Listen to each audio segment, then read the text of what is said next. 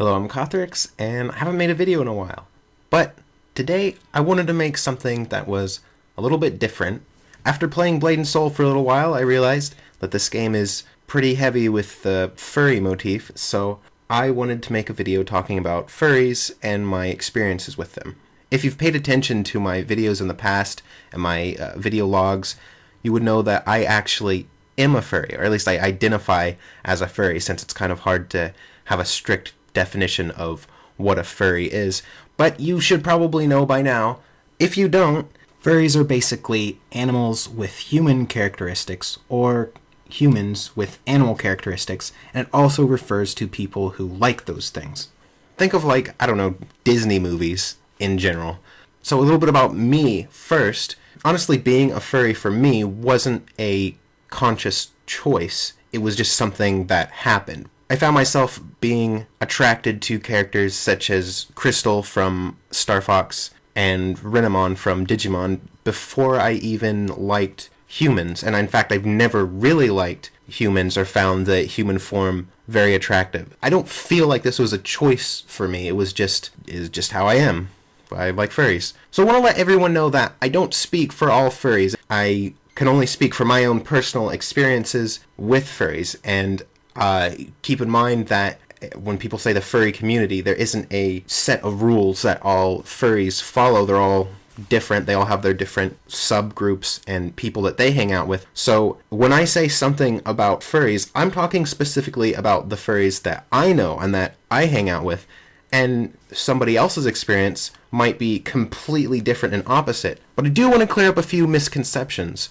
The first one being that all furries are fursuiters. And actually, I know very, very few furries who are fursuiters. Most furries I know don't have a fursuit and don't want one, and they wouldn't go to a convention with a bunch of other furries. I don't know for sure, but I do think it's a very small minority who actually put on the suits. I personally don't like the suits. I don't like them at all. They kind of freak me out. I'm more attracted to this and not so much this. I don't know. The eyes are too big. I don't like it.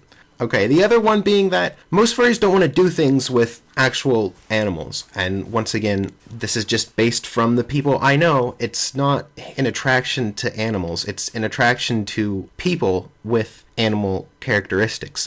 Because the furry characters don't act like animals. They act like people. They're sapient, they speak, they have like a normal society in most people's kind of furry world. Sometimes it might be like a fantasy setting or like a modern setting. And I mean, when you really think about furry characters, think about anime characters that are like full furry. I mean, Captain What's-His-Name from Bleach. I've seen plenty of others. A lot of times they're bad guys. I don't know why that is. So how about some things that are actually correct about furries? Well, I would say, once again, this is in my experience, most furries are sexual. It is a kind of a sexual thing. You have an attraction to these characters. Now, I don't have actual numbers for this, but I have heard a thing about people taking surveys to see, are you actually attracted to furries sexually if you're a furry, or are you? And they said something like, it was like less than 50% said that they were attracted sexually to furries, and that kind of made me laugh, because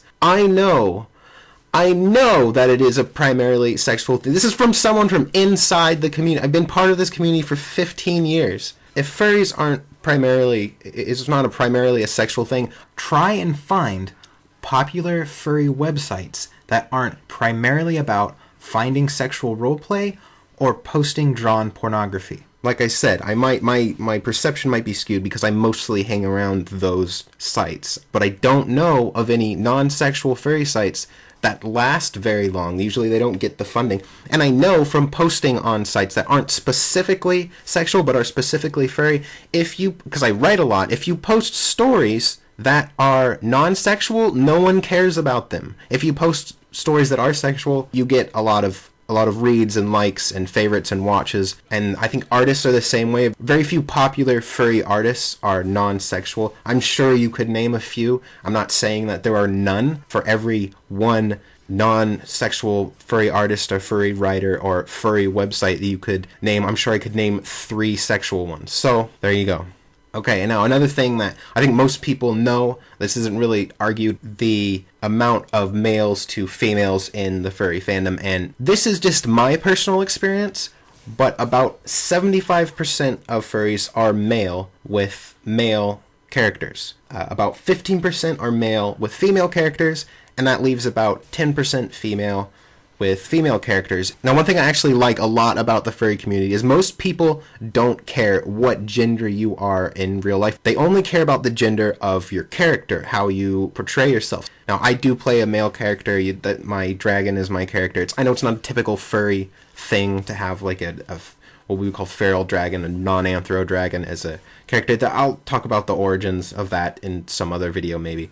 So last thing is that, yes, most furries are bisexual or gay. I would say almost all of them are bisexual or gay. I know very few strictly straight furries. Almost, I can think of one off the top of my head. Of the hundreds of furries I know, I can think of one off the top of my head. I'm sure there's a few more. And I don't know if it's that furries attract bisexual or gay people, or if it just kind of ends up being what it is based on the amount of males.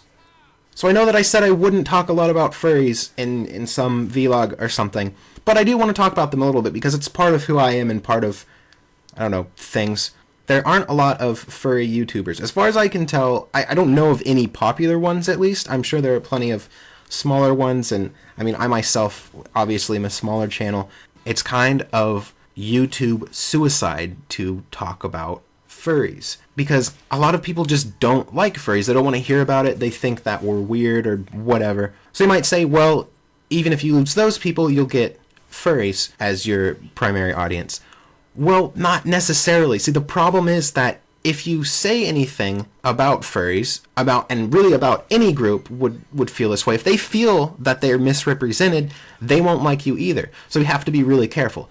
Now, there are things I like about furries and things I don't like, and I'm not afraid to say the things that are true but don't necessarily show furries in a good light. So sorry if you feel that you've been God damn it. Sorry if you feel that you've been misrepresented as a furry by me. I don't claim to be a person who speaks for all furries. I'm just talking from my personal experience. So there you go. That's all for now. Hopefully I can edit this down to about 7 or 10 minutes. Sorry for the crappy gameplay. Blade and Soul it doesn't run well on anybody's computer, I don't think. It does, especially, I don't have a good computer. Anyway, I'm Cothrix, and thanks for watching.